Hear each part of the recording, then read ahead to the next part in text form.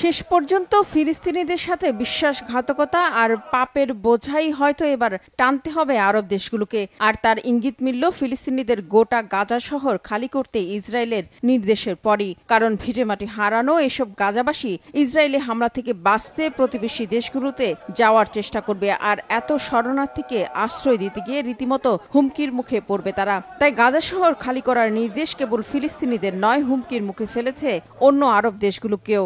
এমন শঙ্কার কথা এবার খোদ জানালো দুই আরব রাষ্ট্র জর্ডান ও মিশর। তাদের অভিযোগ, গাজা দখলের নতুন ষড়যন্ত্র হিসেবে ফিলিস্তিনিদের ভূখণ্ডটি খালি করার নির্দেশ দিয়েছে ইসরায়েল। গণহত্যাকারী ইসরায়েলের নৃশংস হামলা থেকে নিরীহ নিরস্ত্র ফিলিস্তিনিদের রক্ষা করতে গেল 9 মাসে কার্যত কোনো পদক্ষেপই নেয়নি আরব দেশগুলো ও মুসলিম বিশ্বসহ গোটা আন্তর্জাতিক সম্প্রদায়। উল্টো তাদের নীরবতা ফিলিস্তিনিদের পিঠে ছুরি মারার শামিল। প্রশ্ন উঠেছে, প্রতিবেশী ফিলিস্তিনিদের রক্ষা না করার ফল কি এবার ভোগ করবে আরবরা? আমাদের সমর্থন করার মতো কেউ কি নেই? আমরা কি মানুষ নই? সবাই শুধু আমাদের দেখছে আর আমাদের একা রেখে চলে গেছে। সবাই অমানবিক, সবাই আমাদের দেখছে এবং চুপ করে আছে। আসলে এর মাধ্যমে তারা পাপের বোঝা টানছে।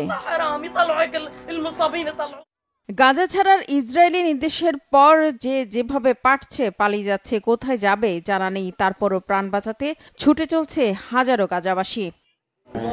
আমি জানি না কোথায় যেতে হবে, আমরা শুধু হাঁটছি। আমার কিছুই করার নেই। আমার বৃদ্ধ মা আমার সাথে আছেন এবং আমরা সত্যি জানি না কোথায় যেতে হবে। তবে এই নিরীহ ফিলিস্তিনিদের যদি প্রতিবেশী রাষ্ট্রগুলো জায়গা না দেয়, তাহলে হয়তো ইসরায়েলি হামলাতেই প্রাণ যাবে তাদের। কারণ যুদ্ধ থামাতে আদতে বিশ্বের কোনো দেশেরই জোরালো কোনো পদক্ষেপ নেই। শুধু ফিলিস্তিনি যোদ্ধাদের সাথে মিলে যান বাজি রেখে গেল 9 মাস ধরে ইসরায়েলের বিরুদ্ধে লড়াই চালিয়ে যাচ্ছে ইরান সমর্থিত গোষ্ঠী হুতি আর হিজবুল্লাহ যোদ্ধারা।